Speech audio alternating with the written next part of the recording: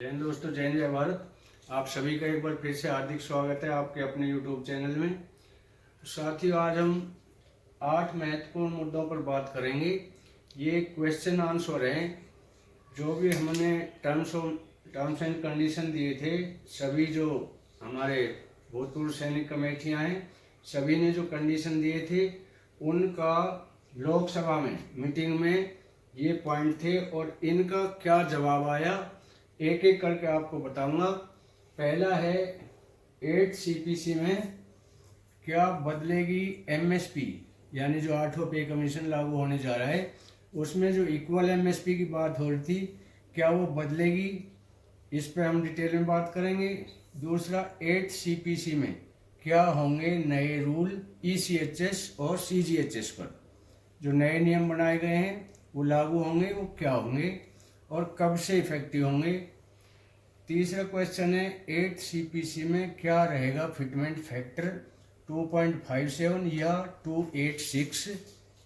अगला जो आप क्वेश्चन था कि 8 CPC में कब से लागू होगी एडिशनल पेंशन, यानी जो 65 साल में 5%, 70 साल में 10% और 75 साल में 15% की जो मांग है, क्या वो एडिशनल पेंशन लागू होगी या नहीं। अगला है 8 CPC में OPS लागू होगी या नहीं, यानी पुरानी जो ओल्ड पेंशन स्कीम है वो लागू होगी या नहीं होगी, या NPS रहेगी या UPS रहेगी। अगला क्वेश्चन है 8 CPC में 18 महीने बकाया DA एरियर मिलेगा या नहीं मिलेगा, इस पे बिल्कुल क्लियर जवाब आया है। अगला क्या 8 CPC 1/1/2026 से लागू हो जाएगा कि अभी तक कमेटी का गठन भी नहीं हुआ है और टाइम सिर्फ इसके 7 महीने बचे हैं, क्या इतने कम पीरियड में ये लागू होगा। इस पे वित्त मंत्री ने जितने भी डाउट थे वो क्लियर किए हैं, मैं उन्हीं की ज़बान से सुनवाऊंगा उन्होंने इसके बारे में क्या कहा। अगला है क्या 8 CPC में ओल्ड पेंशनर को नहीं किया जाएगा शामिल, यानी क्या ओल्ड पेंशनर को, ये अफवाहें चल रही है, क्या उसमें शामिल नहीं किया जाएगा, उनको बेनिफिट नहीं मिलेगा। अगला है क्या 8 CPC में प्रे रिटायरीज को OROP यानी 1 रैंक 1 पेंशन का लाभ मिलेगा या उन्हें वंचित रखा जाएगा। तो ये 8 क्वेश्चन हैं, ये लोकसभा में उठे थे, इन पे क्या जवाब आया अब मैं एक एक क्वेश्चन का आंसर डिटेल में बताता हूँ। पहला 8 CPC में क्या बदलेगी MSP, यानी इक्वल MSP पे जो बात चल रही थी, क्या वो 8 CPC में बदलेगी, तो इसमें बिल्कुल नहीं का जवाब है, यानी क्रॉस है, क्योंकि ये हाई कोर्ट से भी हार चुके हैं, सुप्रीम कोर्ट से भी हार चुके हैं कि ये इक्वल बिल्कुल नहीं होगी। अगला 8 CPC में क्या होंगे नए रूल, यानी ECHS और CGHS के नए नियम क्या होंगे। इस पे नए नियम होंगे कि जो भी हमारे कार्ड हैं वो दोबारा बनाए जाएंगे, उनमें एक चिप डाली जाएगी ताकि कोई भी फर्जी, यदि किसी भी किस्म का फर्जीवाड़ा करता है तो उसके ऊपर उसका कार्ड बंद कर दिया जाएगा और तुरंत जैसे वो कार्ड डालेंगे उसमें पता लग जाएगा कि क्या ये पेशेंट सच में एडमिट रहा या फर्जीवाड़ा किया है या हॉस्पिटल से मिले हुए हैं। अगला 8 CPC में क्या रहेगा फिटमेंट फैक्टर। फिटमेंट फैक्टर पे बहुत ज़्यादा चर्चाएं चल रही है। जो हमारे फेडरेशन के सचिव हैं शिव गोपाल मिश्र, उन्होंने बताया कि हमें 2.57 से कम तो मिलना ही नहीं है, मतलब लेना ही नहीं है, हम चाहेंगे ही नहीं कि 2.57 से कम किया जाए, या फिर 2.86 ये हमें चाहिए, क्योंकि पिछला जो हमारा 7th CPC था उसके अंदर JCORs को 2.57 दिया गया जबकि अफसर्स को 2.81 दिया गया। तो उन्होंने कहा कि हमें समानता चाहिए, इतना फर्क नहीं होना चाहिए, इस पे हो सकता है कुछ ना कुछ हो जाए। अगला 8 CPC में कब से लागू होगी एडिशनल पेंशन। ये बहुत काफ़ी लंबे दिनों से इसकी चर्चा चल रही है, लोग मांग कर रहे हैं, जितने भी सैनिक संगठन है सभी की मांग में पहला एजेंडा है कि एडिशनल पेंशन 65 साल में 5%, 70 साल में 10%, 75 में 15 और 80 में 20, यानी 80 में 20 तो लागू हो ही रही है। तो उन्होंने कहा है कि 80 साल तक केवल 10% जो भूतपूर्व सैनिक हैं वही पेंशन ले पाते हैं, एडिशनल पेंशन का लाभ उठा रहे हैं, बाकी को नहीं मिलता। उससे पहले ही मैक्सिमम 90% लोग भगवान को प्यारे हो जाते हैं, इसलिए इस पर काफ़ी जोर है। और ये 99% एडिशनल पेंशन 8 CPC में लागू हो जाएगी। अगला 8 CPC में OPS लागू होगी या नहीं, बड़ा सवाल है। इस पे बिल्कुल नहीं होगी, क्योंकि 1 अप्रैल 2026 से इसकी जगह OPS की जगह UPS लागू कर दी है, और ये सभी को लागू की जा रही है। जो NPS में रहना चाहता है या OPS में UPS में रहना चाहता है, उनके लिए ऑप्शन मांगे गए हैं। यानी इसका मैं जवाब कहूँ तो ये बिल्कुल क्रॉस जवाब है। ये बिल्कुल क्लियर हो चुका है कि ओल्ड पेंशन स्कीम लागू नहीं होगी।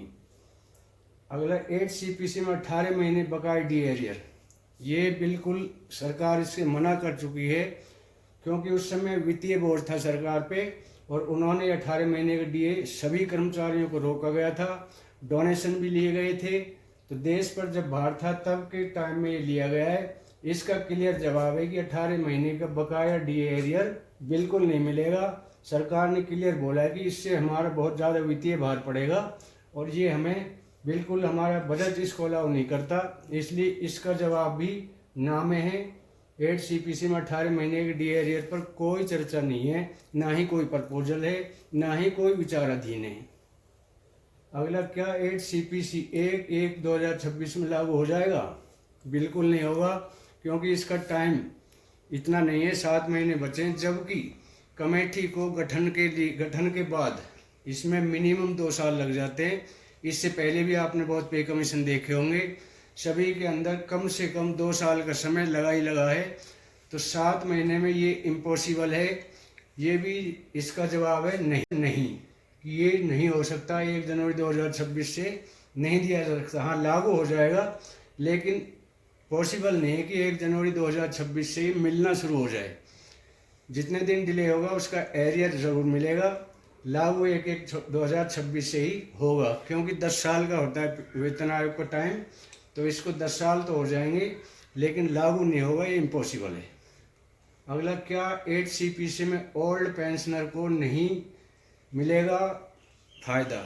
ये बहुत ज़्यादा अफवाहें हैं, रूमर फैलाए जा रहे हैं कि 8वें पे कमीशन में जो ओल्ड पेंशनर है उनको कोई बेनिफिट नहीं होगा, लेकिन ये गलत है। इस पर भी जो हमारे वित्त मंत्री सीतारमण जी है, उन्होंने संसद में कहा था, लोकसभा की मीटिंग में कहा था कि ये अफवाहें हैं, ऐसा नहीं होगा।